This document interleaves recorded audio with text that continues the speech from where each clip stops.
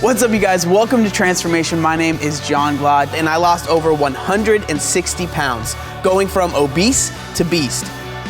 Now, I'm on a quest to share your stories and inspire others to transform their lives. Today, we're meeting Nathan. He was bullied about his weight so badly that he quit school and even tried to take his own life, but discovered self-confidence for the first time after losing 160 pounds.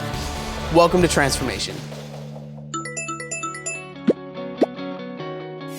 All right, Nathan, thank you so much for being on the show. I really appreciate it.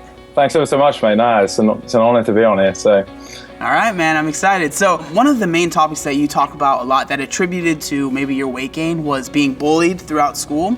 So I'm interested to hear, what was that like?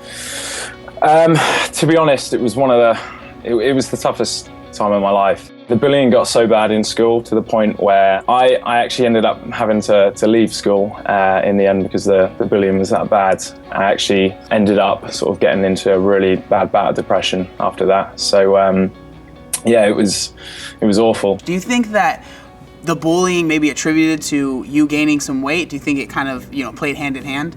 Massively. I sort of found when I was having those bad days at school, when the bullies were like throwing things at me or saying hurtful things, the first thing I would go and do is literally as soon as I got home, I would just eat. That was the only way that I kind of knew, in a sense, that would make me feel better at the time. So I just turned to food, and obviously it's kind of a vicious cycle because the more I was eating, the more weight I was putting on, and the bullying got worse and worse and worse. From there, I then ended up one day sort of trying to commit suicide. So I tried taking an overdose and failed just because of how big I was. And from there, I knew I had to change just because I couldn't continue living my life like that. Was there anything else that had to happen before you decided to make the change? I thought about where I wanted to be, what I wanted to do, just because, it's not normal for someone to think that way. And I think because I hit such a low point, I wanted to try and feel better about myself and to try and actually go out there and achieve the things that I want to achieve. So that's when I started going online and researching more about nutrition and kind of bodybuilding in a sense, and found some really, really kind of inspiring videos online. And then from there, I came across the ketogenic diet, saw some people had some really, really good results with it, and thought, based on the foods that I like, because I really, really enjoy fatty foods, I was like, right, okay, we'll give this a go. From there, I also knew I needed to fit in a little bit of exercise as well. So that's when I then decided I'd go running. And I think that's one of the biggest things that I've learned is my triggers when it comes to binge eating. So I now know that when I'm stressed, instantly or subconsciously, I'm like, right, I need what's some food I can have to make me feel better. But the new Nathan's like, actually, you don't need to get through the stress. What you need is, exercise and fitness. So I think something that's really important is the support network that we have, the people that are helping us in our journey. So I would love to hear, what was your support network and who was part of that network? My biggest support was my parents and my sisters, and then also my mum was a massive support as well. She sort of said, whatever I need to do, just go and do it for myself. And the last year I got really, really close to my mum.